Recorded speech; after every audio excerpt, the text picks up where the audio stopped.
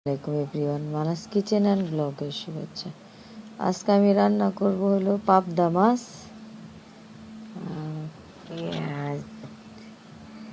পাবদা মাছ ভুনা করব, আর হলো বইচা মাছ টমেটো দিয়ে পোড়া পোড়া করব, আর হলো লাল শাক ভাজি, আর ডাল রান্না করব। ডালটা দিলাম না, এগুলো পাবদা মাছটা প্রথমে ধুয়ে লবণ দিয়ে রেখেছিলাম, তারপরে মশলা মেখে ভেজে নিলাম। ভেজে নিয়ে তারপরে আরেকটা চুলায় হলো আমি পেঁয়াজ ব্রাউন কালার করার পর মশলা আদা রসুন লবণ দিয়ে ঝোল দিয়ে দিছি। এখন বলক আসলে এক সাইড থেকে মাছগুলি ভাজবো, আর আরেক চুলায় এই ঝোলটার মধ্যে ছেড়ে দেব। এই যে মাছগুলি দেখেন ভাজা হয়ে গেছে, এখন একে একে আমি ঝোলে ছেড়ে দেব। ঝোলে ছেড়ে দিয়ে কিছুক্ষণ জাল দিব, তারপর শাক বাটা দিয়ে নামায় ফেলবো। এই দেখেন ঝোলে ছেড়ে দিলাম, আর হলো ঝোলে ছেড়ে দিয়ে তারপরে কিছুক্ষণ জাল করব, তারপর নামাই ফেলবো।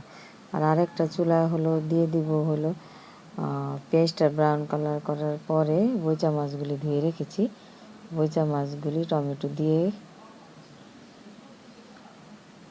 পোড়া করবো।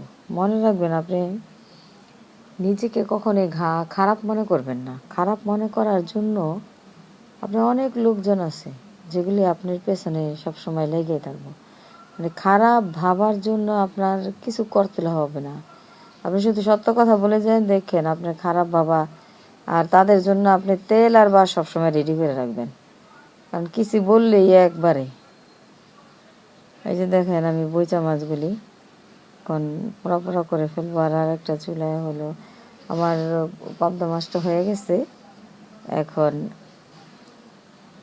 একটা চুলায় লাল শাক বসাই দিছি। লাল শাকটা কাঁচামরিচ পেঁয়াজ দিয়ে ভাপ দিয়ে নিতেছি।